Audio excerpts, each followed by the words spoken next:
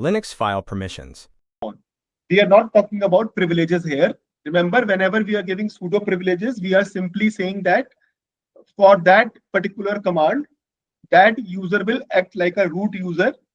So basically, we are making someone as a root user for one particular command, okay, or a set of commands. So everything that he is doing with the sudo command, he is doing as a root user. But now we are talking about how, as an individual user, you can actually work on the different aspects of the system. And this we control through the permissions thing.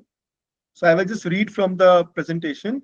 Permissions allow users to access resources in the organization.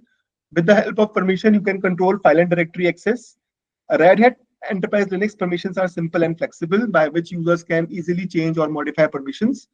File have 3 categories of permissions. And so this is one line is important: permission precedence. User permission override the group permission, which override the other permission. Okay. So what we are saying is that there are 3 kinds of permission recipients in Linux. One is called user or the owner. That is, the other is group, and the other is others. Owner is represented by U, group by G, and others by O. The owner permission apply only for the owner of the file and directory. The group permission apply to the group that has been assigned to the file or directory. And the other user permission will apply to all the other user in the file system. There are 3 kinds of permission, like read, write, and execute. So read can be cat command, ls command, write can be vim command, touch command, execute can be dot when you are executing a file. Okay, so dot / f.sh, etc. And when it comes to directory, the execute command says gives the access to the directory. So this is a very important aspect. So if I want someone to be able to create a file in my directory, I will have to give them both permissions, write and execute. So that is one important distinction when it comes to a directory. So if I want to allow someone to see the contents of a directory, then I have to give them read permission. That means he will be able to run the command like ls. So now viewing the file permissions. So if you want to view the file permissions that you have, a very good command that you have is ls-l. That is the long list format. You can run ls-ltr and also ls-ld.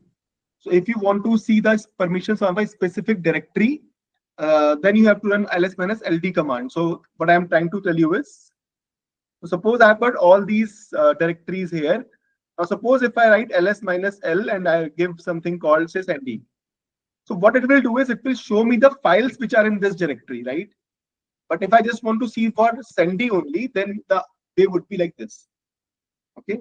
Yes, if I will run the ls-l command like this, then yes, I will be able to see the folder and the permissions over here. Okay. Now the other thing is that how do you read this particular line? So the first particular value is D if it is a directory, otherwise it will be blank. Then we get some 9 values in the blocks of 3s. The first 3 are the owner permissions, the second 3 are the group permissions, the third 3 are the other permissions. Normally it is written like RWX. So whichever permission is not there, it will be replaced by dash. After that, we have a number that is actually called the links to the file. Now this is related to the number of links to that particular file that we have in the system. So normally, if you will see here, this particular directory has got 4 links, which can mean what? That practice will have another 4 more files in this. Okay. Even if you will make a hard link, even then the number of links actually increase, right? So just to show it, it is not that relevant for our discussion, but I'm just showing it to you. So right now, both of these have got single links to it.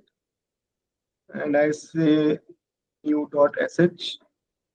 If I've done ls-l command, you see that monitor1.sh number of links got increased, but this only increases for the hard links. So this is not very relevant for the interviews. This is just more for your knowledge. Then there is a last thing that is called special permissions. So we will read about those as we go along. And then we get to the owner of the file or directory, or the group owner of the file or directory. After that, we have timestamp and then the name. So this information is very crucial for us to work on the system from this point onwards. Now, permission precedence. So what happens is that though in our system we are always logging in as a user name or a directory name, but the system recognizes them with the help of their IDs. So if I'm trying to access a file from, say, Bob user, so system will first of all check what is the ID of the Bob user. Then it will go to that particular file, check the user or owner permissions for it, again by the way of ID. So whichever owner name it can see there, it will find its ID, it will match the ID with the person who is trying to access that file. And then whatever permissions are there for that particular user or owner, that will apply. In terms of precedence, if the UID matches, owner permission will apply. If the GID matches, so for example, first of all, it tried to match the UIDs and they did not match. Then it will go to the group ID. So it will try to match the group IDs. If they match, then the group permissions will apply. If they don't match, then it will go to the others part. Okay, so this is the order of it.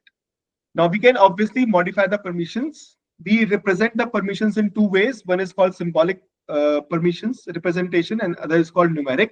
In symbolic, as we have seen, user is identified as U, group as G, O as others, all as A, and permission type is RWX, and we can use the operator plus minus equal to change the permissions.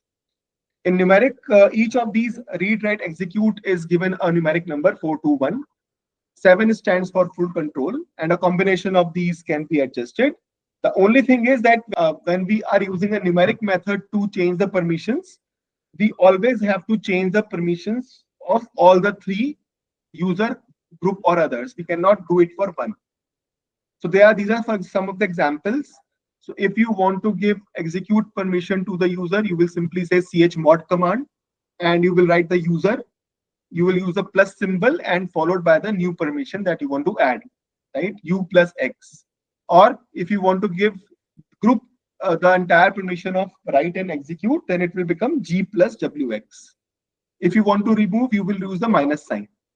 In case you are doing something for a directory, then you will also have to use the minus R flag. So whatever things you are changes applies to the directory as well as the contents of the directory. Okay, here minus R is for recursive. So normally you will face these questions, setting the full control to user, read and execute to the group, and execute permission through the numeric method, then it will become chmod 751 abc.txt. Okay, as you can see here, all the three numerics are passed in one go. So the first one stands for user, the second for group, and the third is for others. And even if you just have to change it for one of these recipients, say suppose earlier permission was 455 and now you have to make it 755, so you will have to give the same thing, chmod 755 and the file name.